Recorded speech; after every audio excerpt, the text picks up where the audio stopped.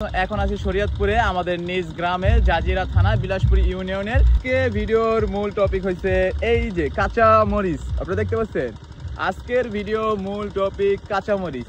তো কাঁচা মরিচটা আমরা কোথা থেকে পাই, এটা কোথায় তৈরি হয়, কিভাবে হয়, কিভাবে হয়, এই মূল ডিটেলসটা আমি আপনাদেরকে জানাবো। তার আগে আমি বলে দেই, তো গাইস আমি এখন আছি শরীয়তপুরে আমাদের নিজ গ্রামে জাজিরা থানা বিলাসপুর ইউনিয়নের বিলাসপুরে আমাদের বাসা। তো আমি আসছি আজকে বিয়েতে আসছি, আমার চাচার বিয়েতে। তো আজকে আইসা দেখি অনেক ধরনের ফসল এখানে আছে। তো আমি এত সুন্দরভাবে এগুলো দেখতে পারতেছি, তো আমি চাইতেছি এগুলো আপনাদেরকেও দেখাই। এই যে কাঁচামরিচ, এই কাঁচামরিচের মূল টপিকে চলে আসি। এই কাঁচামরিচগুলো আমরা ঢাকাতে কিনে খাই না, আমরা 400 টাকা কেজিতে কিন্তু কাঁচামরিচ কিনা খাইছিলাম। লাস্ট নাকি 1000 টাকা হয়েছিল ঝামেলা হওয়ার পরে, যে রাজনীতিক একটা ঝামেলা হওয়ার পরে ওরপর নাকি 1000 টাকা কাঁচামরিচের কেজি হয়েছিল।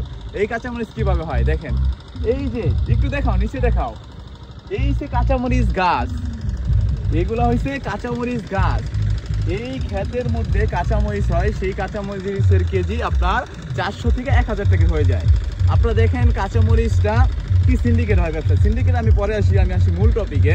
মূল টপিক হচ্ছে কাঁচামরিচ। এই যে এই কাঁচামরিচটা আমরা ঢাকায় পাই, এইটা হচ্ছে মূলত কাঁচামরিচ গাছ।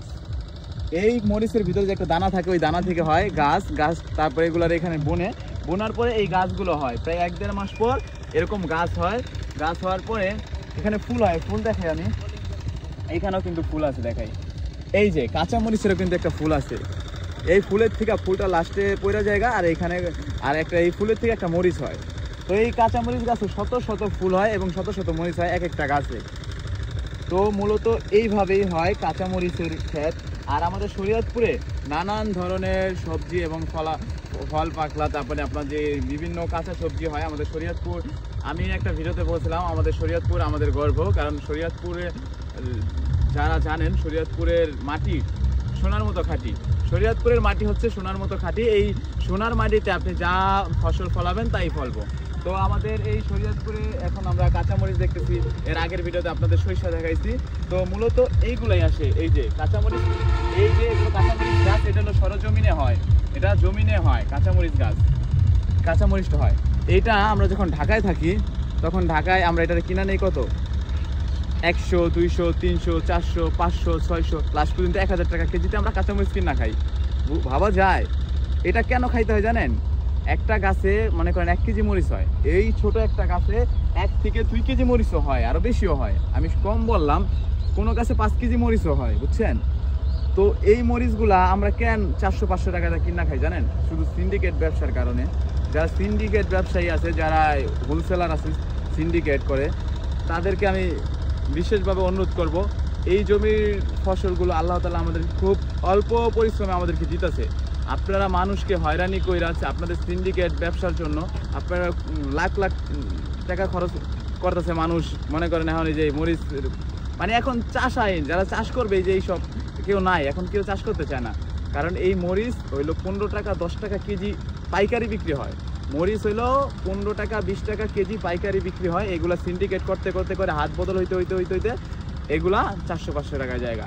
তাই এখন কেউ যারা পাইকারি বিক্রি করে, যারা কৃষক, তারা আর এইসব ফল ফলাইব না। তো আমি আপনাদেরকে বিশেষ করবো, যারা সিন্ডিকেট ব্যবসায়ী আছেন, আপনারা এই সিন্ডিকেট ভাঙেন। এগুলো আল্লাহর রহমত, আমাদের শরীয়তপুরের মাটিতে এগুলা প্রচুর হয়।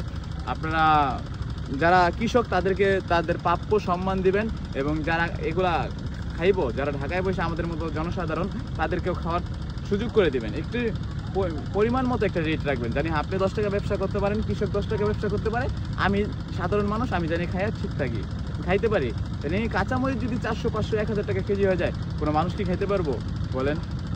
তো সবাই ভালো থাকবেন, সুস্থ থাকবেন। আরেকটা কথা বলবো, এই যে কাঁচামরিচের গাছ এভাবে হয়, এইভাবে কাঁচামরিচ মাটি থেকে হয়, বা কাঁচামরিচ গাছ যদি এর আগে দেখে থাকেন তাহলে অবশ্যই আমাকে জানাবেন।